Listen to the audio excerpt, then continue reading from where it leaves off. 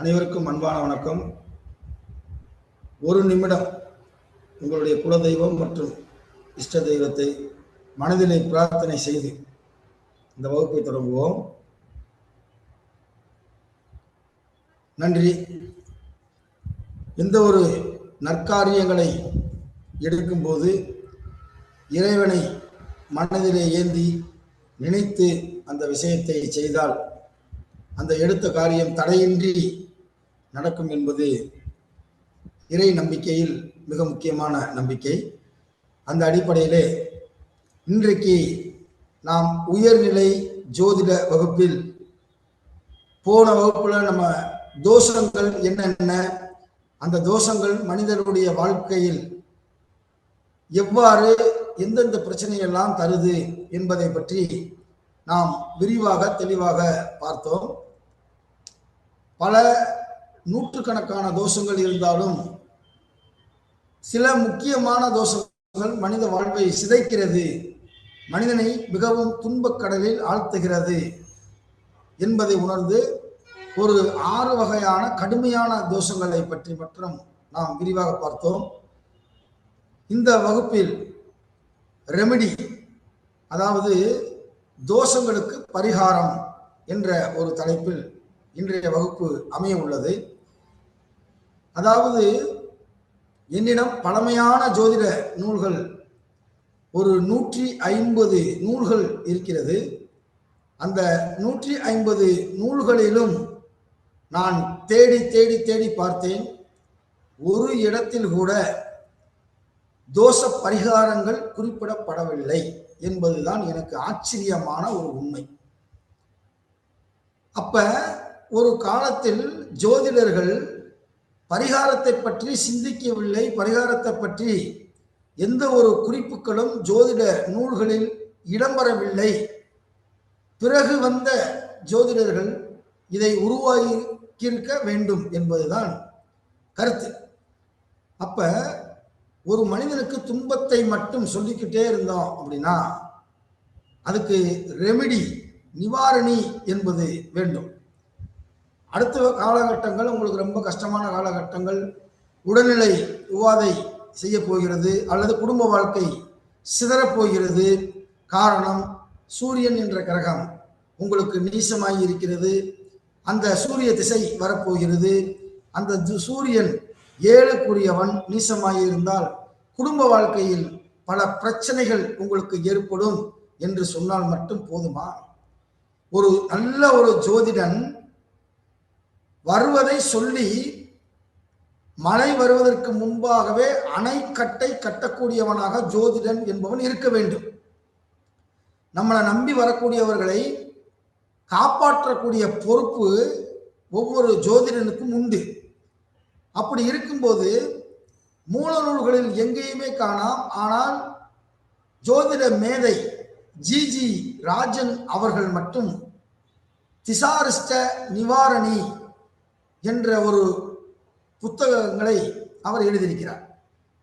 திசாரிஷ்ட நிவாரணி அப்படின்னா என்ன அப்படின்னா, ஒவ்வொரு திசைக்கும் ஒவ்வொரு புத்திக்கும் அவர் தோஷ பரிகாரங்கள் என்ற ஒரு மிக பழமையான ஒரு நூலை அவர் எழுதியிருக்கிறார்.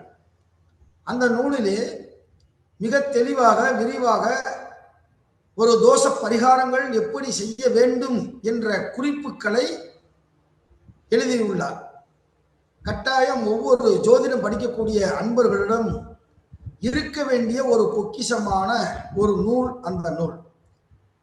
அந்த நூல் முடிச்ச உடனே நம்ம குரூப்ல வந்து கூட நான் அந்த நூலை அவங்கள போடுறேன். எவ்வளவோ செலவு பண்றீங்க, நீங்க கட்டாயம் வந்து அந்த நூல் உங்ககிட்ட இருக்கணும்.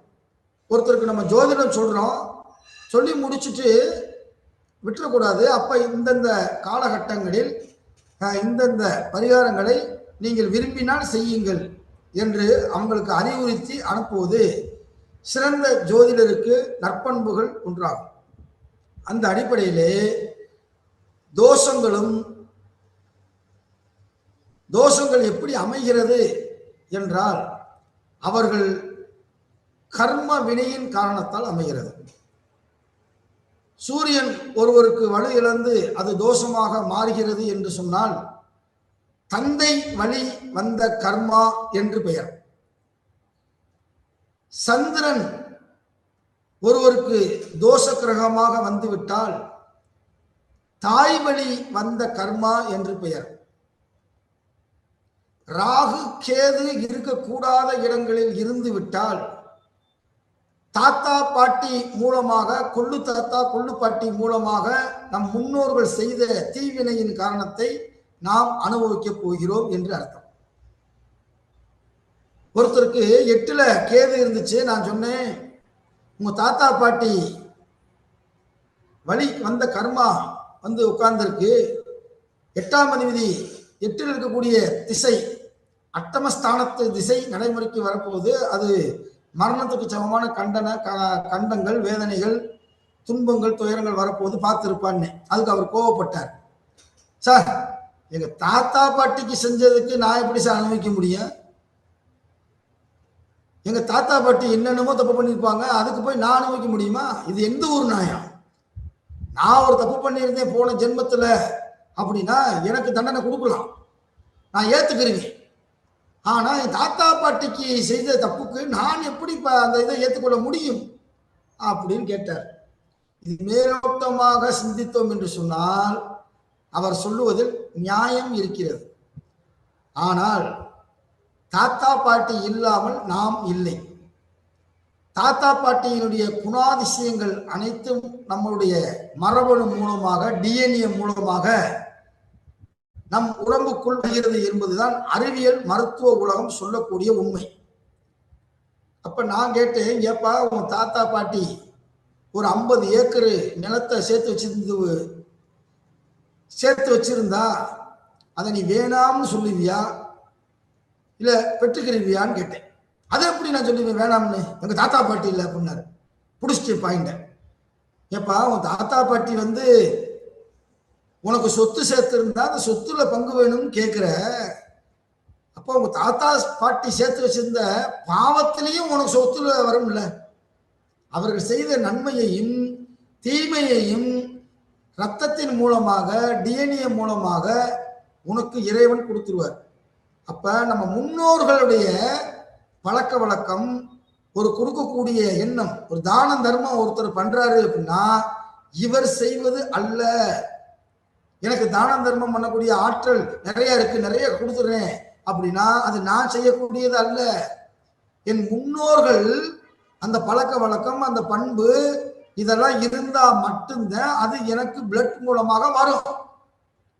நானே ஒரு விஷயத்தை செய்தேன் என்று சொல்ல முடியாது, இது நான் செய்தது என்று சொல்ல முடியாது. வீட்டில் பாருங்களேன், காலை ஒருத்தர் ஆட்டிக்கிட்டே பேசிக்கிட்டே இருப்பார். உடனே சொல்லுவாங்க, பாரு தாத்தா மாதிரியே காலாற்றியாம்பாரு. தூங்குறப்ப பார்த்தீங்கன்னா பாரு அவங்க தாத்தா மாதிரியே தூங்குறாம்பாரு, அவங்க தாத்தா அப்படித்தான் தூங்குவார் அப்படின்னு சொல்லி ஒரு ஒப்புமை, ஒரு விஷயத்தை கம்பாரிசன் பண்றது, ஒப்பீடு செய்வது, இதெல்லாம் வந்து நல்ல விஷயத்தை எல்லாம் நம்ம தாத்தா பாட்டி செஞ்சாங்க அப்படின்னு சொல்றதும், கெட்ட விஷயத்தை செஞ்சா அதை நான் ஏத்துக்கிற மாட்டேன் என்பது எந்த ஒரு நியாயம்பா அப்படின்னு சொல்லி அவருக்கு விளக்க வைத்தேன். ஏன் அப்படி சொல்றேன் அப்படின்னா, நமக்கு பிறகு வரக்கூடிய சந்ததிக்கு நாம் சேர்த்து வைக்கக்கூடிய சொத்து டிஎன்ஏ மூலமாக அவங்களுக்கு போய் சேரும். நான் ஏற்கனவே போன வகுப்புல ஒரு செய்தி சொன்னேன்.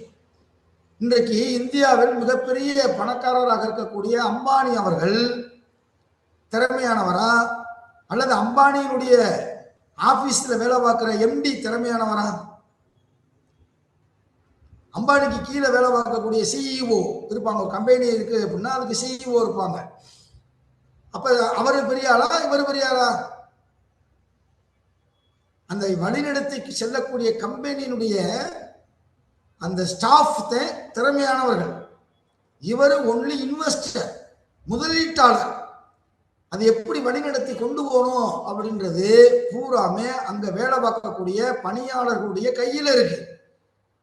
அப்ப அவருக்கு இவ்வளவு திறமையும் இவ்வளவு செல்வங்களும் செல்வாக்குகளும் வந்திருக்கு அப்படின்னா அந்த கம்பெனியில் உள்ள திறமையான அந்த வேலைக்காரங்களுக்கு தானே அந்த வந்திருக்கணும், அவன் தானே பெரிய ஓனரா வந்திருக்கணும். அப்ப இதுதான் கர்மா. அப்ப அவங்க டிஎன்ஏ மூலமாக, தாத்தா பாட்டி மூலமாக வந்த புண்ணியத்தினுடைய விளைவு. சமீபத்தில் கூட ஒரு கவிதை படித்தேன். படித்தவன் அனைவரும் பள்ளிக்கூடத்தில் வேலை பார்க்கிறான். படித்தவன் அனைவரும் பள்ளிக்கூடத்தில் வேலை பார்க்கிறான், படிக்காதவன் பள்ளிக்கூடம் நடத்துகிறான். இதான இன்னைக்கு இருக்கு. படிக்காத எத்தனை பேர் இன்னைக்கு பள்ளிக்கூடம் வச்சு நடத்திக்கிட்டு இருக்காங்க நமக்கே தெரியும்ல. அப்ப உண்மை என்னன்னா, படித்தவன் பள்ளிக்கூடம் நடத்தினா படிக்காதவே அங்க வேலை பார்க்கணும். அவன் கல்வி தகுதிக்கு தகுந்தாப்புல வேலை பார்க்கணும். ஆனா அது மாறி இருக்கு. இதுக்குத்தான் கர்மா என்பது. அப்ப திசாரிஷ்ட நிவாரணி என்ற நூலிலே ஒவ்வொரு திசைக்கும் ஒவ்வொரு புத்திக்கும் என்னென்ன பரிகாரங்கள் செய்ய வேண்டும் என்பதை பற்றி மிக தெளிவாக நாம் ஜி ராஜன் ஐயா அவர்கள் எழுதிய புத்தகங்களிலே அந்த செய்திகள் அதிகமாக இருக்கிறது. சரி, இப்ப சூரியன் ஒருவருக்கு வலிமை குறைந்து இருக்கிறார். வலிமை குறைந்து என்றால் உங்களுக்கு தெரியும், 6, 8, 12 மறைவது, நீசமாவது, அஸ்தங்கமாவது. இப்ப நீங்க யோசிக்கிறீங்க, சூரியன் எப்படி சார் அஸ்தங்கமாகும்? சூரியன் தானே பிற கிரகங்கள் அஸ்தப்படுத்தும். அப்படின்னா ராகு கேதுக்கோடு சேரும் போது சூரியன் வலு இழக்கிறது. அந்த சூரியனையுமே அஸ்தமனம் பண்ணக்கூடிய 2 கிரகங்கள் ராகுவும் கேதுவும். அப்படி சூரிய கிரகணத்தின் அன்றைக்கு சூரியனை சாயா கிரகம் என்று சொல்லக்கூடிய இந்த கிரகங்கள் மறைக்கிறது, சந்திரனையும் இது மறைக்கிறது. அப்ப வலிமை மிகுந்த கிரகமாக இந்த சாயா கிரகங்கள் இருக்கிறது, நிழல் கிரகங்கள் இருக்கிறது. அப்ப அங்க அஸ்தங்கம் தான். அப்படி இருக்கக்கூடிய ஒரு சூழ்நிலையில் ஒருவருக்கு திசாபத்தி வந்தால் அவர் என்ன செய்ய வேண்டும் என்று சொன்னால், சூரியன் வலு இழந்து பலம் இழந்து இருந்தால் அவர் தினமும் 12 நாளிகை சூரிய நமஸ்காரம் செய்தால் அந்த சூரிய தோஷம் போகும் என்று இருக்கக்கூடிய ஒரு கருத்து. சூரிய நமஸ்காரம் தினமும் அரை நாளிகை. அரை நாளிகைன்றது என்ன? 12 நிமிஷம். அதை கூட சொல்றாங்க பாருங்க, எவ்வளவு நிமிடம் செய்ய வேண்டும். ஏதோ சூரியனை பார்த்தா இப்படி போட்டு அடுத்த நிமிஷம் போயிடுவார். இப்படி செய்யக்கூடாது. 12 நிமிஷம் மனதை ஒருநிலைப்படுத்தி சூரியனை பார்த்து கரம் தூக்கி கண்ணை மூடி சூரிய பகவானை நாம் தரிசனம் செய்தோம் என்று சொன்னால் அது நமக்கு நன்மையை செய்கிறது. அந்த தோஷத்திலிருந்து விடுதலை கிடைக்கிறது என்பது தோஷ பரிகாரம். சூரியன் தான் மனிதரை வாழ வைக்கக்கூடிய ஒரு முக்கியமான கிரகம். சூரியன் இல்லை என்றால் நமக்கு விட்டமின் டி கிடைப்பதில்லை, கண் பார்வை தெரியாது, தாவரங்கள் வளராது, நெல்லு வளராது. ஒளிச்சேர்க்கை, தாவரங்கள் ஒளிச்சேர்க்கை செய்தால்தான் நமக்கு அந்த செடிகள் கொடிகள் மரங்கள் இதெல்லாம் வளரும். அப்படி வளரும் போது சூரியனுடைய ஆற்றல் இல்லை என்றால் பல பகுதிகளுக்கு மரம் செடி கொடிகள் இயற்கைகள் வளர்வது இல்லை. சூரியன் இல்லை என்றால் உலகம் இல்லை. அதனாலதான் ஒவ்வொரு கிரகத்துக்கும் எல்லைகள் கொடுத்தார்கள். சூரியனுக்கும் சந்திரனுக்கும் உலகமே இல்லை, சூரியனுக்கும் சந்திரனுக்கும் உலகமே இல்லை.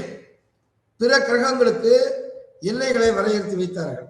அப்படி ஸ்ரீராமர் தன்னை விட பலமிக்க ராவணனை வெல்ல ஆத்ம தைரியம் வேண்டி சூரிய நமஸ்காரம் செய்து வென்றார் என்ற குறிப்பும் புராண இதிகாசங்களிலே இடம்பெற்று உள்ளது. எதிரியை வெல்ல வேண்டும் என்பதற்காக சூரியனுடைய பலத்தை பெற வேண்டும் என்பதற்காக அவர் ஆதித்ய ஹிருதயம் தினமும் பாராயணம் செய்ய வேண்டும். அப்படி ஒவ்வொரு கிரகத்திற்கும் ஒவ்வொரு மந்திரங்கள் இருக்கிறது. அந்த மந்திரங்களை சொல்லும் போது அந்த தோஷத்திலிருந்து விடுதலை கிடைக்கிறது என்பது. சார் அதே மாதிரி பார்த்தீங்கன்னா ஒரு டிபார்ட்மெண்ட்ல நம்ம ஒரு கேள்வி கேட்கணும். அந்த கேள்வி அது என்ன டிபார்ட்மெண்ட்ல வரும்? சுகாதாரத்துறையில வருமா, இல்ல நிர்வாகத்துறையில வருமா, யார்கிட்ட கேள்வி கேட்கறது அப்படின்னு சொல்லி ஒரு இன்ஃபர்மேஷன் ஆக்ட்ல கேட்கணும் அப்படின்னா நமக்கு கேள்வி தெரியும். அதை யார்கிட்ட கேட்கணும், எந்த டிபார்ட்மெண்ட்ல கேட்கணும் அப்படின்றது தெரியல அப்படின்னா நம்ம மாவட்ட ஆட்சியருக்கு அனுப்பணும். அப்படின்னா அவர் அந்த டிபார்ட்மெண்ட்டுக்கு அனுப்பி அந்த கேள்வியை வாங்கி நமக்கு தருவார். புரியுதா உங்களுக்கு? அது மாதிரி நமக்கு ஏதோ ஒரு துன்பம் நடக்குது, அந்த துன்பத்தை போக்குறதுக்கு நம்ம என்ன செய்யணும், எனக்கு பரிகாரம் தெரியலையே அப்படின்னா இந்த நடிகர் விவேக் சொன்ன மாதிரி ஒரே மாத்திரையில எனக்கு ஏற்பட்ட வியாதி எல்லாமே போகணும் அப்படின்ற மாதிரி ஒரே ஒரு மூல நூல்களிலே கோளறு பதிகத்தை பாடினால் கோள்களால் ஏற்படக்கூடிய தீமைகள் அனைத்தும் அறுபட்டு போகும் என்பது மிகச்சிறந்த ஒரு நம்பிக்கை மிகுந்த ஒரு பதிகமாக அது இருக்கிறது. அந்த பதிகத்தை பாடி பயன்பெற்ற பல கோடி மக்களுள் நானும் ஒருவன். அந்த கோள்களால் ஏற்படக்கூடிய தீமைகளை அழிக்கக்கூடிய ஒரு பதிகம். உங்ககிட்ட யாராவது ஜாதகம் பார்க்க வர்றாங்க, அந்த திசாபுத்தி சரியில்லை, உங்களுக்கு என்ன பரிகாரம் சொல்லுவது என்பது தெரியவில்லை அப்படின்னா தைரியமாக நீங்க கோளறு பதிகம் பாடுங்க. காலையில எந்திரிச்ச பிறகு நெட்டிலே இருக்குது, அதை ஒரு பிரிண்ட் அவுட் எடுத்து பாடுங்க. அல்லது அந்த கோளறு பதிகத்தை கையில வச்சு வாசிங்க. வேயிறு தோழி மங்கன் விட முண்ட கண்டன் என்ற வழிய வாசிங்க. உங்களால் வாசிக்க வாசிக்க வாசிக்க உங்களுக்கு ஏற்படக்கூடிய கோள்கள், தீமை செய்யக்கூடிய கோள்கள், அது தீமை செய்யாமல் நன்மையும் செய்யாமல் கூட அது ஸ்டில் நவ் வித்துகில்டு நிறுத்தி வைக்கப்பட்டுள்ளதாக அது மாறும் என்று சொல்லுகிறார்கள். பல கோளறு பதிகத்தை இன்னமும் பாடி பயன் பெறக்கூடிய மனிதர்கள் அநேக பேர். எனக்கு தோஷம் இருந்தா தான் நான் பாடணுமா அப்படிலாம் கிடையாது. தோஷம் இல்லாட்டியும் கூட அந்த பாடலை நீங்கள் தினமும் பாடினீர்கள் என்றால் உங்களுக்கு ஏற்படக்கூடிய நன்மைகளை நீங்கள் உணர முடியும். ஆகவே ஒவ்வொரு கோள்களும் அதுக்குரிய பவரை வைத்துக் கொண்டு மனிதனை ஆட்டி படைக்கிறது. செவ்வாய் சொல்லுச்சு, நான் ரத்தத்துக்கு அதிபதி, நான் நினைச்சேன் ஒரு மனுஷனை பிளட் கேன்சர் உருவாக்கி கொண்டே விடுவேன், நான் தான் 9 கிரகத்திலையும் பெரிய ஆளு அப்படின்னு செவ்வாய் சொல்லுச்சு. அதுக்கு பக்கத்துல இருக்கக்கூடிய சந்திரன் சொல்லுச்சு, இங்க வாருப்பா, நீ என்ன பிளட் கேன்சரு, நான் தான் மனோகாரகன், நான் நினைச்சேன் ஒரு மனுஷனை பைத்தியம் ஆக்கி போடுவேன், மெண்டல் ஆக்கிடுவேன், அதனால நான் தான் பெரிய ஆளு அப்படின்னு சொல்லி சந்திரன் சொல்லிச்சு. இந்த 2 பேரும் பேசுறதை பார்த்துட்டு சூரியன் சொன்னாரு, இங்க வர எல்லா விதத்துக்கு விட பெரிய ஆள் நான் தான், எல்லா நட்சத்திரங்களும் தரக்கூடியது, எல்லா கோள்களும் தரக்கூடிய ஒளியை பெற்று நான் தான் மக்களுக்கு கொண்டு போய் சேர்த்துக்கிட்டு இருக்கேன். நான் நிப்பாட்டிட்டேன்னா எல்லா கிரகமும் நிப்பாட்டிடும், பார்த்துக்க, நான் தான் பெரிய ஆளு அப்படின்னு சொல்லி சூரிய பகவான் ஆர்கியூமெண்ட் பண்ணாங்க. இந்த மாதிரி 9 கிரகம் நான் தான் பெரிய ஆளு, நான் தான் பெரிய ஆளு அப்படின்னு சொல்லி ஆர்கியூமெண்ட் நடக்குது. இந்த செய்தி சிவபெருமானுடைய காதுக்கு போயிருச்சு.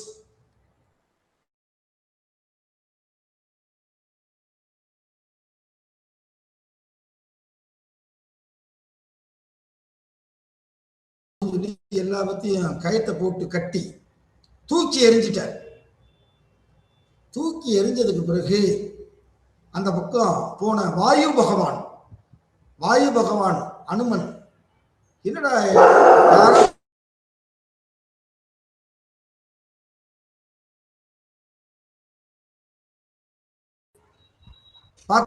என்ன என்ன என்ன பிரச்சனை பண்ண, இல்லப்பா நான் தான் பெரிய ஆளுன்னு நான் சொன்னேன், சூரியன் நான் தான் பெரிய ஆளுன்னாரு, இப்படி எங்களுக்குள்ள ஒரு கருத்து வேறுபாடு வந்துருச்சு, நாங்க சண்டை ஓட்டு இருக்கிறத சிவபெருமான் கேட்டுட்டாரு, கேட்டு கட்டி எங்களை தூக்கி போட்டாரு அப்படின்னு அந்த கயத்தெல்லாம் அவுத்து 9 கிரகத்தையும் காப்பாற்றின உடனே சனீஸ்வர பகவான் அனுமனை வணங்கி, நான் தான் பெரிய ஆளுன்னு நினைச்சிருந்தேன், கடைசியில என்னையவே சிவபெருமான் கட்டி போட்டாரு, ஆனா என்னையவே நீ காப்பாத்திட்ட, அதனால இனிமேல் நான் யாரையாவது பிடிச்சேன் அப்படின்னா அவங்க உங்களை வழிபட்டாலே போதும், என்னைய வழிபட வேண்டிய அவசியம் இல்லை அப்படின்னு சொல்லி அந்த வரத்தை கொடுத்ததாக புராண இதிகாசங்கள் கூறுகிறது. அதனால்தான் சனி என்ற கிரகம் ஒரு மனிதனுக்கு பிடித்து அது தோஷமாக மாறி 7 சனி காலங்களிலே அது துன்பத்தை தரும்போது நாம் நேரடியாக ஆஞ்சநேயரை வழிபட்டாலே போதும், அது சனியை வழங்க வேண்டிய அவசியம் இல்லை.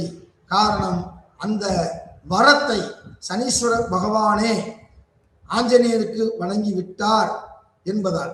அதனாலதான் சனி ஒருத்தருக்கு வாழ்க்கையில துன்பத்தை கொடுக்குது அப்படின்னா அவங்க சனீஸ்வரன் கோயிலுக்கு போவதை விட ஆஞ்சநேயர் கோயிலுக்கு போய் வழிபாடு செய்து அர்ச்சனை செய்து மனது உருக இறைவனை வேண்டி கேட்டுக்கொள்ளும் போது அந்த சனியினுடைய பிடியிலிருந்து கொஞ்சம் அவர்கள் தாக்கத்திலிருந்து கொஞ்சம் குறைந்து அந்த வேதனையிலிருந்து துன்பத்தை அனுபவிக்கக்கூடிய இடத்திலிருந்து ஒரு ரிலீஃப் கிடைக்குது.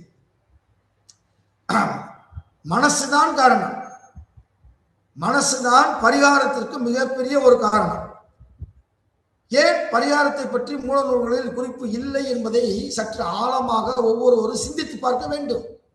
திருப்பாம்புரம் ராகு கேது ஒரு மனிதனுக்கு சரியாக அமையவில்லை, திசாபுத்தி நடைமுறைக்கு வந்து விட்டது, துன்பத்தை அனுபவித்துக் கொண்டிருக்கிறார் என்றால் அந்த காலகட்டங்களிலே கும்பகோணத்துக்கு அருகே இருக்கக்கூடிய திருப்பாம்புரம் என்ற இடத்திற்கு சென்று, அதுவும் சிவன் ராத்திரி அன்று போய் வழிபட்டால் சாப விமோச்சனம் கிடைக்கும் என்ற நம்பிக்கையில் நேற்று சொன்ன அந்த வகுப்பிலே கூட இன்றைக்கு ஒருவர் அங்கு சென்றிருக்கிறார். அவருக்கு இந்த ராகு கேது தோஷத்தை நிவர்த்தி பண்ணுவதற்காக. இப்படி சந்திரனுக்கு திங்களூர், அந்த ஊருடைய பெயரே பாருங்கள், திங்களூர். திங்கள் என்பது சந்திரனுக்கு இன்னொரு பெயர். அப்படி இருக்கும்போது அங்கே சென்று அவர்கள் அர்ச்சனை செய்வார்கள். ஒவ்வொரு மாதமும் சங்கடகர சதுர்த்தி அன்று விநாயகருக்கு அருகம்புல் மாலை சூட்டி அருகம்புல் சாற்றை வழங்கி, அவர்களுக்கு பௌர்ணமி அன்று அம்மனுக்கு பச்சரிசி வைத்து அவர்களை வழிபாடு செய்யும் போது இந்த தோஷம் நிவர்த்தியாகிறது என்பது பரிகாரத்தில் மிக மிக முக்கியமான ஒன்று. பரிகாரம் என்பது நாம் செய்த தீய வினை என்று நான் ஏற்கனவே சொன்னேன். அதே போல நாம் பரிகாரத்தை போக்க வேண்டும் என்று சொன்னால், அதாவது சிபில் ஸ்கோர் குறைஞ்சிருக்கு அப்படின்னா பேங்க் மேனேஜர் என்ன சொல்லுவாரு, டெபாசிட் பண்ணுங்க, ஒரு ஆர்டி பண்ணுங்க, சிபில் ஸ்கோர் கூடிரும் அப்படின்னு சொல்லுவார். அது மாதிரி தான் நம்ம ஏதோ ஒரு தப்பை தெரிந்தோ தெரியாமலோ செய்திருக்கிறோம். தவறு என்பது வேறு, தப்பு என்பது வேறு. இந்த இரண்டையும் பழைய திரைப்படத்திலே எம்ஜிஆர் ஒரு பாடலிலே பாடியிருப்பார். கண்ணதாசன் எழுதின பாட்டு, தவறு செய்தவன் வருந்த பார்க்கணும், தப்பு செய்தவன் திருந்த பார்க்கணும் அப்படின்னு சொல்லிப்பார். அப்ப தப்பு என்பது வேறு, தவறு என்பது வேறு. நான் ஷூ போட்டு நடக்கிறேன், அப்ப அதுக்கு கீழே இருக்கக்கூடிய எறும்புகளை மிதித்து கொள்ளக்கூடியது எனக்கு வந்திருக்கலாம். நான் ஒன்று சமணர் அல்ல. சமணர்கள் தான் அந்த மயில் இறகால் அதை கூட்டிக் கொண்டு ஒரு சின்ன எறும்புக்கு கூட தெரியாமல் மீச்சிடக்கூடாது அப்படின்னு வாழக்கூடியவர்களாக இருப்பார்கள். அப்படி தெரியாமல் செய்யக்கூடியது பூராமே தவறு. தப்பு என்பது தெரிந்து செய்வது. ஒரு புத்து இருக்கு, அந்த புத்துல போய் சீம தண்ணியை ஊற்றி பொருத்தி வைப்பது, மண்ணெண்ணை ஊற்றி பொருத்தி வைப்பது தப்பு என்று தெரிந்தே செய்வது தப்பு. தவறி செய்வது, தெரியாமல் செய்வது தவறு என்பது. அப்ப தப்பு செய்தவர் திருந்த பார்க்கணும், தவறு செய்தவர் மறந்து பார்க்கணும் அப்படின்ற வார்த்தையை அதை ரெண்டு வேறுபடுத்தி அந்த கவிஞன் காட்டியிருப்பார். அதே போல நாம் செய்யக்கூடியது பிறருக்கு தெரியாமல் செய்த கர்ம வினைகள் கூட நம்மளை தாக்கும். அப்படி இருக்கும்போது தானம் தர்மம் செய்ய வேண்டும். 32 வகையான தானங்களை நம் முன்னோர்கள் வழிவகுத்து பட்டியலை போட்டு வைத்திருக்கிறார்கள். இந்த 32 வகையான தான தர்மங்கள் என்பது அடுத்தவருக்கு மனதார உதவி செய்வது. எப்படி கர்ணனை இந்த உலகம் இருக்கும் வரை பாராட்டுகிறோமோ அதை போல நாம் ஒருவரும் பிறருக்கு கொடுக்கக்கூடிய எண்ணத்தை, அந்த எண்ணத்தை வைத்துக் கொள்ள வேண்டும். எவ்வளவுதான் சொத்து இருந்தாலும் தனக்கு மேலே உள்ளவர்களைத்தான் பார்க்கிறார்கள். தனக்கு கீழே இருப்பவர்களை ஒருபோதும் பார்ப்பது இல்லை. உனக்கும் கீழே இருப்பவர் கோடி, நினைத்து பார்த்து நிம்மதி நாடு என்று ஒரு கவிஞர் சொன்னார். நம்ம 2 வீலர் வாங்கியிருப்போம், பக்கத்து வீட்டுக்காரே கார் வாங்கியிருப்பான். உடனே நமக்கும் கார் வாங்கணும் அப்படின்ற எண்ணம் ஏற்பட்டுரும். நம்ம பக்கத்து வீட்டுக்காரே மாடி கட்டுவான், நமக்கும் மாடி கட்டணும் அப்படின்ற எண்ணம் ஏற்படும். அதே மாதிரி ஒரு வீட்டுக்கு நம்ம போயிருக்கோம், அந்த வீட்டில் இருக்கக்கூடிய அந்த ஷோகேஸ் பெட்டி ரொம்ப அழகா இருக்கும், அல்லது அவங்க வீட்டில் வச்சிருக்கிற அந்த வரவேற்பறையில் வச்சிருக்கிற சேர் ரொம்ப அழகா இருக்கும். அதே போல நானும் வாங்கணும் அப்படின்ற எண்ணம் எல்லாம் இருக்கும். அது மாதிரி அந்த எண்ணங்கள் இருக்கும்போது நமக்கு கீழே உள்ளவங்களை பற்றி சிந்திப்பது இல்லை. காரணம், நமக்கு மேலே உள்ளவர்களை பற்றி சிந்தித்துக் கொண்டிருக்கிறோம். தினமும் தர்மம் தலைகாக்கும் என்பது மிகப்பெரிய ஒரு உன்னதமான தத்துவம், பிலாசபி. தர்மம் தலைகாக்கும், தக்க சமயத்தில் உயிர் காக்கும். அப்ப தானம் தர்மம் என்பதை ஒவ்வொருவரும் தினமும் செய்து வந்தோம் என்று சொன்னால் அடுத்த உங்களுடைய வாரிசுக்கு, அடுத்த உங்களுடைய ஜெனரேஷனுக்கு, அடுத்த உங்களுடைய பரம்பரைக்கு நீங்க சேர்த்து வைக்கக்கூடிய மிகப்பெரிய சொத்து என்பதை தெரிந்து வைத்துக் கொள்ள வேண்டும். அம்பானியை பற்றி அப்போது நான் பேசினேன், இதை மறந்து விட்டேன். அவருடைய தாத்தா பால் வியாபாரி, பாலில் தண்ணி கலக்காமல் வாழ்க்கை முழுவதும் விற்பனை செய்திருக்கிறார். வேற ஒண்ணு செய்ததாக வரலாற்று குறிப்பில் இல்லை. தண்ணி கலக்காம, அதாவது செய்யக்கூடிய வேலையில ப்ரொஃபஷனல் எத்திக்ஸ். ப்ரொஃபஷனல் எத்திக்ஸ் என்ன? செய்யக்கூடிய வேலையில நேர்மையாக இருப்பது. அப்படி இருந்தீர்கள் என்று சொன்னால் அது மிகச்சிறந்த உங்களுடைய சந்ததிக்கு சேர்த்து வைக்கக்கூடிய ஒரு டெபாசிட். உங்க பிள்ளைக்கு, பேரன் பேத்திகளுக்கு 9ஆம் இடம், 5ஆம் இடம் இதெல்லாம் வலுவாக அமைந்து பூர்வ புண்ணிய ஸ்தானம் என்று சொல்லக்கூடிய 5ஆம் இடத்தில் அந்த கிரகம் சுபக்கிரகமாக அந்த சுபக்கிரகம் உச்சமாக ஒருவனுக்கு இருக்கிறது என்று சொன்னால் சும்மா அமையாது. இதெல்லாம் முன்னோர்கள் செய்த தவத்தினுடைய விளைவாகத்தான் பேரன் பேத்திகளுக்கு இது போன்ற ஜாதக அமைப்புகள் இருக்கிறது. இப்ப என்னுடைய தாத்தா உயிரோடு இருக்கிறார், எனக்கு ஒரு மகன் பிறக்கிறார். அப்ப என்னுடைய அப்பா செய்த புண்ணியங்கள், நற்காரியங்கள் எல்லாம் என்னுடைய பிள்ளைக்கு பிறக்குமா? உங்கள்கிட்ட தான் கேள்வி கேட்கிறேன். என்னுடைய தாத்தா இருக்கார், உயிரோடு இருக்கிறார். முரளிதரன் சார் சொல்லணும் அந்த கேள்விக்கு. என்னுடைய தாத்தா உயிரோடு இருக்கிறார், எனக்கு ஒரு குழந்தை பிறக்கிறது. அவர் செய்த புண்ணியங்கள், பாவங்கள் என் பிள்ளைக்கு கிடைக்குமா? முரளிதரன் சார் சொல்லுங்க. அல்லது காலத்துக்கு அப்புறம் தான் கிடைக்கும். சொல்லுங்க சொல்லுங்க. அவரோட காலத்துக்கு அப்புறம் கிடைக்கும் சார், தாத்தா பாட்டனோட காலத்துக்கு அப்புறம். இதுதான் கரெக்டான பதில். இதைத்தான் நான் எதிர்பார்த்தேன். அவரு உயிரோடு இருக்கும் வரை, உயிரோடு இருக்கும் போது ஒரு குழந்தை பிறந்தால் அவருடைய புண்ணியம் இவருக்கு சேராது. ஏன்னு கேட்டா அவருடைய கணக்கை இறைவன் முடிக்கவில்லை. நாளைக்கு மிகப்பெரிய பாவத்தை செய்யலாம், அல்லது நாளைக்கு மிகப்பெரிய ஒரு புண்ணியத்தை செய்யலாம். அப்ப கணக்கு இன்னும் டேலி ஆகல. அப்ப கணக்கு ஒரு மனிதனுக்கு முடித்து சித்திரகுப்தன் கொண்டு போய் ஒப்படைக்கிற வரைக்கும் அந்த கணக்கு முடிக்கல. இப்ப நாளை வரை இறக்கிறதுக்கு ஒரு நிமிஷத்துக்கு முன்னாடி வரைக்கும் அவருக்கு நல்வினை செய்வதற்கும் தீவினை செய்வதற்கும் நேரத்தை இறைவன் ஒதுக்கி கொடுத்துருக்கான். அப்போ அவனுடைய கணக்கு முடிஞ்ச பிறகுதான் அவனுடைய வாழ்நாளிலே எத்தனை நன்மைகளை செய்திருக்கிறான், எத்தனை தீமைகளை செய்திருக்கிறான் என்பதை கணக்க முடித்து அதற்கு பிறகு பிறக்கக்கூடிய வாரிசுகளுக்கு அந்த யோகமோ அந்த தோஷமோ போய் அமையும்.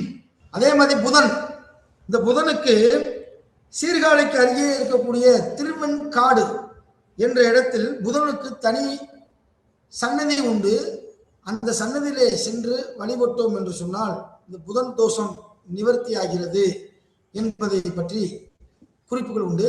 நான் அந்த கிளாஸ் முடிச்சதுக்கு பிறகு இந்த திசாரிஷ்ட நிவாரணி ஜி ராஜன் ஐயா எழுதின புத்தகங்களை நம்ம குரூப்பில் வந்து போட்டு விடுறேன். அதை தயவு செய்து நீங்கள் வந்து ஒரு பிரிண்ட் அவுட் எடுத்து பத்திரமா வச்சுக்கோங்க. ரொம்ப ரொம்ப முக்கியமான புத்தகம். நீங்கள் யாருக்காவது ஜாதகம் பார்க்குறீங்க, பலன் சொல்கிறீங்க அப்படின்னா கட்டாயம் இதை வந்து நீங்கள் பயன்படுத்துங்க. அந்தந்த திசாபுத்தியில் எப்படி பண்ணுறாங்கன்னா, ஆனால் அதில் உள்ள சில பரிகாரங்களை வந்து நம்ம ஒரு பரிச்சயம் இல்லாமல் செய்ய முடியாது. அப்படி இருக்கும் பரிகாரங்கள், சில பரிகாரங்கள். அப்போ சில கோயிலில் இருக்கக்கூடிய புரோகிதர்கள் அவங்க கிட்ட கூட நீங்கள் கொடுத்து ஒருத்தரை டையப் வச்சுக்கோங்க. நான் வந்து மதுரையில் ஒருத்தர் வச்சுருக்கேன். அவர் அந்த திசாபுத்தியை சொல்லிட்டோம்னா அதுக்கு வேண்டியதை வந்து அவரே நீட்டாக பண்ணி கொடுத்துருவாரு. அப்போ நான் வந்து என்னுடைய பழக்கம் வந்து பெரும்பாலும் இந்த பரிகாரங்களை சொல்லுவதில்லை. கோளறு பதிகம் பாடுங்கள் அதை மட்டும் சொல்லுவேன். சில பேர் கட்டாயப்படுத்தி கேட்பாங்க, இதுக்கு பரிகாரத்தை சொல்லுங்க பரிகாரத்தை சொல்லுங்கன்னு சொல்லி. இந்த மரண பயம்னு ஒரு பயம் இருக்கு. மரண பயம் அது என்ன பயம் அப்படின்னா, நம்ம திடீர்னு உடம்புக்கு முடியாமல் போனாலே சில பேர் இறந்துருவோமோ அப்படின்ற பயம்லாம் இருக்கும். அவங்களுக்கு ரொம்ப பயம் வரும். உடனே கூப்பிட்டு எல்லாத்தையும் பேச ஆரம்பிச்சிருவாங்க. ஒருவேளை நான் செத்து போயிட்டு இப்படிலாம் பண்ணுங்க வைங்க அப்படின்னு சொல்ல ஆரம்பிச்சிருவாங்க. அந்த மரண பயத்தை போக்கக்கூடியது வந்து நரசிங்க பெருமாள் என்று சொல்லக்கூடிய மதுரையிலிருந்து ஒத்தக்கடை பக்கத்துல நரசிங்க பெருமாள் கோவில். அது மிகவும் சக்தி வாய்ந்த ஒரு கோயில். அந்த காலத்தில் போருக்கு போகக்கூடிய படை வீரர்கள் எல்லாம் வழிபட்டு சென்ற ஸ்தலம் என்று புராணங்கள் கூறுகிறது. அப்படி இருக்கும்போது இந்த மாதிரி தலங்களில் போய் நம்ம வழிபடும் போது அந்த இறைவனுடைய அருள் நமக்கு கிடைக்கிறது. எத்தனையோ பேருக்கு உடம்புக்கு முடியாம இருக்கும், என்னை கூட்டிட்டு போறதுக்கு ஆள் இல்லை அப்படின்னு இருப்பாங்க. சில பேர் கோயிலுக்கு போயிட்டு வர்றதுக்கு கூட, பஸ்ல போயிட்டு வர்றதுக்கு கூட எனக்கு காசு இல்லை, வறுமையில இருக்கேன் பேர் இருக்காங்க. அப்படி இருக்கும்போது அவங்க இல்லறத்தில் இருந்துகிட்டே நினைவு நெஞ்சகமே கோவில், நினைவே சுகந்தம் என்பதை போல மனதிலே அந்த இறைவனை நினைத்து கொண்டு அந்த இறைவனை வழிபட்டு அந்த கோளறு பதிகங்களை பாடினாலே போதுமானது. அதனாலதான் ஒவ்வொரு விஷயங்களுக்கும் சொல்கிறார்கள். சுக்கிரன் ஒருவருக்கு பலகீனமாக இருந்தால் அவர் மயிலாடுதுறைக்கு அருகே இருக்கக்கூடிய கஞ்சனூர் சென்று சிவன் மற்றும் சுக்கிர பகவானை வழிபடுவது சிறப்பு. பெரும்பாலும் இந்த கிரகங்கள், நவக்கிரகங்கள் அனைத்தும் பெரும்பாலும் கும்பகோணத்தை சுற்றி இருக்கக்கூடிய ஸ்தலங்களுக்குத்தான் அதிகமாக இருக்கிறது. அதனால கும்பகோணத்துக்கு போய் ஒரு 2-3 நாள் தங்கியிருந்து ஃபுல்லா எல்லா தலங்களுக்கும் நான் இப்போ சமீபத்தில் ஒரு வருஷத்துக்கு முன்னாடிதான் போயிட்டு வந்தேன். கஞ்சனூருக்கும் போயிட்டு வந்தேன். நான் மிகச்சிறந்த ஆலயம். அங்கே அந்த உரிய நேரத்திலே சுக்கிர ஓரையிலே அந்த இறைவனை தரிசனம் செய்து அந்த இறைவனுடைய அர்ச்சனையை பெற்றோம் என்று சொன்னால் நமக்கு சுக்கிரனால் ஏற்படக்கூடிய தீய பலன்களை எல்லாம் தடுத்து அது நற்பலனாக மாறக்கூடிய சக்தி எல்லாம் உள்ள இறைவன் ஒவ்வொருவருக்கு வழங்குவார் என்பதையும், அதே நேரத்தில் இந்த ராகு சனியினுடைய தோஷங்களை போக்கக்கூடிய இது வந்து திருநள்ளாறு என்று சொல்லுவார்கள். திருநள்ளாறை விட வரலாற்றை நீங்கள் தெளிவாக படித்து பார்த்தீர்கள் என்றால் தேனிக்கு அருகே இருக்கக்கூடிய அந்த குச்சனூர் கோவில் மிகச்சிறந்த தலம். புராணங்கள் என்ன சொல்லுகிறது என்று சொன்னால், குச்சனூரிலே அந்த மண்ணை எடுத்துத்தான் அங்கே வைத்து கட்டியதாகவும் புராணங்களிலே பழைய நூல்களிலே அதற்கு பதிவுகள் உண்டு. அப்ப ரொம்ப விவரமானவர்கள் அந்த குச்சனூர் சென்று சனீஸ்வரர் சஞ்சலம் செய்வார்கள், வழிபடுவார்கள். அப்படி வழிபடும் போது அவர்கள் அது பக்கத்திலேயே சராயி நதி ஒன்று ஓடிக்கொண்டிருக்கிறது. அந்த நதியிலே நீராடி தான் உடுத்திருந்த உடைகளை போட்டுவிட்டு வருவார்கள். அதற்கு என்ன அர்த்தம் என்று சொன்னால், தனக்கு இருக்கக்கூடிய ஏதாவது ஒரு கெட்ட பழக்கத்தை விட்டு விட்டு போக வேண்டும் என்பதுதான் அதனுடைய உள்ளீடு பொருள். ஆனால் இவர்கள் போடக்கூடிய அதுக்காகவே வேணுமனே அழுக்கு சட்டையையும் கிழிஞ்சி சட்டையையும் போட்டுட்டு போய் அந்த நதியிலே குளித்து விட்டு அங்கேயே அதை போட்டு விட்டு கழட்டி விட்டு வருவார்கள். இதற்கு என்ன காரணம் என்றால், நம்ம கிட்ட இருக்கக்கூடிய ஏதாவது ஒரு தீய பழக்கத்தை இந்த சன்னதியிலே நான் விட்டு விட்டு செல்கிறேன் என்று இருக்க வேண்டும். அதுதான் அதனுடைய பொருளை தவிர நாம் தவறாக சில பொருள்களை நாம் எடுத்துக்கொள்கிறோம். கழுதையை பார்த்து ஒவ்வொரு வீட்டிலையும் பார்த்தீங்கன்னா, என்னை பார் யோகம் வரும் என்று 2 கழுதையை போட்டிருப்பார்கள். 2 கழுதையை போட்டு கீழே ஒரு வாசகம், என்னை பார் யோகம் வரும் என்று போட்டிருப்பார்கள். அப்ப கழுதையை பார்த்தா யோகம் வருமா? நேரடியாக பொருள் கொள்ளக்கூடாது. கழுதையை பார்த்தால் யோகம் வரும் என்று சொன்னால், கழுதையை மேய்க்கக்கூடியவர்கள் ஏன் முன்னேறவில்லை? அவர்கள் இன்னமும் கஷ்டப்பட்டு கொண்டுதான் இருக்கிறார்கள் என்பதை நீங்க நேரடியாக சிந்தித்துப்பார்கள். அப்ப கழுதை நமக்கு சொல்லக்கூடிய பாடம் என்ன? கழுதை காலையிலே அழுக்கு மூட்டைகளை முதுகிலே வைத்து ஆற்றங்கரைக்கு ஒருவன் அழைத்து போகிறான் துவைப்பதற்காக. அப்போது அந்த கழுதை, என் மீது அழுக்கு துணியையும் நாத்தம் பிடித்த துணிகளையும் நீங்கள் வைக்கிறீர்கள் என்று அந்த கழுதை ஒருபோதும் வருத்தப்பட்டது இல்லை. அப்ப ஆற்றங்கரைக்கு போய் விட்டுட்டு அந்த கழுதையை ஒரு மரத்துக்கடியில கட்டிட்டு அந்த ஆற்றங்கரையில இருக்கக்கூடிய அந்த துணியில எல்லாம் வெளுத்து நல்ல காய வச்சு சாயந்தரம் நல்ல பளிர்னு இருக்கக்கூடிய வெள்ளை ஆடைகளை இந்த கழுதை மீது போட்டு மறுபடியும் கொண்டு வரும்போது அந்த கழுதை சந்தோஷப்படுவதும் இல்லை. ஆகா, நமக்கு இப்ப நல்ல வாசனை வரக்கூடிய துணியை, அழுக்கு நீக்கிய துணியை நம்ம உடம்புல வச்சு கொண்டு வர்றாங்கன்னு சொல்லி சந்தோஷப்படுவதும் இல்லை. அப்ப கழுதை நமக்கு சொல்லக்கூடிய பாடம் என்ன என்றால், துன்பம் வரும்போது இன்பம் வரும்போது நீ ஆடாதே, துன்பம் வரும்போது தோழாதே. இன்பத்தையும் துன்பத்தையும் சமமாக கழுதையை போல் நீ மன வலிமையை பெற்றால் உன்னுடைய வாழ்க்கை யோகம் நிறைந்த வாழ்க்கையாக இருக்கும் என்பதைத்தான் அந்த கழுதை நமக்கு பாடம் புகட்டுகிறது. அதை விட்டுவிட்டு நேரடியா என்னை பார் யோகம் வரும் போட்டிருந்து கழுதையை பார்த்தா, நானும் 50 கழுதையை வாங்கி வீட்டில் கட்டி வச்சிருப்பேனே, டெய்லி எந்திரிச்சுன்னு கழுதையை பார்த்து முடிச்சு யோகம் வந்துருமே. அப்ப நேரடியாக பொருள் கொள்ளக்கூடாது. அப்ப இதுதான் நோக்கம். அங்கே ஆடையை விட்டு போகவில்லை, உன்னுடைய அழுக்கை விட்டு போ என்று சொன்னார். அழுக்கு என்பது மன அழுக்கு, மனதிலே இருக்கக்கூடிய அழுக்கு. உனக்கு ஏற்படக்கூடிய, உனக்கு தான் தெரியும் உன்னுடைய குணாதிசயங்கள். உனக்கு என்று ஒரு சில கெட்ட குணங்கள் இருக்கும். அந்த கெட்ட குணங்களில் ஏதாவது ஒன்றை விட்டு போனால் அதிலிருந்து உனக்கு யோகம் நிறைந்ததாக வரும் அப்படின்னு அர்த்தம். அதை விட்டுவிட்டு நம்ம ட்ரெஸ்ஸை கழட்டி போட்டாப்புல நமக்கு யோகம் வரும் அப்படின்றது கிடையவே கிடையாது. அப்ப அந்த சனீஸ்வர பகவானுக்கு கருப்பு வஸ்திரம் சாற்றி தீபமேற்றி வழிபட வேண்டும். சனியால் பாதிக்கப்பட்ட கடவுளான விநாயகர் மற்றும் ஆஞ்சநேயர் போன்ற கடவுள்களை சனியினுடைய தாக்கத்திலிருந்து தப்பித்துக் கொள்வதற்காக இந்த 2 கடவுள்களையும் நாம் பிடித்துக் கொண்டோம் என்று சொன்னால் நிச்சயம் சனியிலிருந்து நமக்கு விடுதலை கிடைக்கும் என்பது ஐதீகம். தள்ளாத வயதில் உள்ளவர்களுக்கும் உடல் ஊனம் உடையவர்களுக்கும் உதவிகள் செய்து வந்தோம் என்று சொன்னால் அந்த சனீஸ்வரனுக்கு நேரடியாக உதவி செய்ததைப் போல சனியினுடைய மனது குளிர்ந்து, ஆகா இவனுடைய நடத்தை மாறிவிட்டது என்று சனியினுடைய தாக்கம் குறையும். ஏனென்று கேட்டால் சனியே மந்தக்காரகன், சனியே கால் ஊனமானவன். ஆகவே உடல் ஊனமான மாற்றுத்திறனாளிகளுக்கு நாம் அந்த நேரத்தில் உதவி செய்யலாம். ஒரு வண்டி வாங்கி தரலாம், ஒரு ஸ்டிக் வாங்கி தரலாம். நம்ம எல்லாரும் செய்யக்கூடிய அதிகமானது சாப்பாடு வாங்கி தருவது. அன்னதானத்தை தருகிறோம். அன்னதானம் என்பது 32 தானங்களில் ஒரு தானம் தான் வஸ்திர தானம். கன்னிகாஸ்தானம் என்பது திருமணமே ஆகாத ஒரு பெண்ணுக்கு நீங்கள் சென்று ஒரு மாப்பிள்ளையை பார்த்து அவர்களே கல்யாணத்துக்கு நீங்களே காரணமாக இருந்தீர்கள் என்று சொன்னால் அது மிகச்சிறந்த கன்னிகாஸ்தானம். நம்ம என்ன நினைக்கிறோம், நானும் புரோக்கர் வேலையை பார்க்குறேன் அப்படிலாம் நீங்க நினைக்க கூடாது. காசு வாங்காம அவங்களுக்கு அவங்க ஜாதியிலே அவங்க எப்படி விரும்புறாங்களோ அவங்களுடைய ஸ்டேட்டஸ்க்கு தகுந்தாப்புல நீங்களே ஒரு மாப்பிள்ளையை பார்த்து போய் வந்து பேசி அவங்க 2 பேர்த்தையும் சேர்த்து வச்சு ஒரு தேதியை குறித்து கல்யாணம்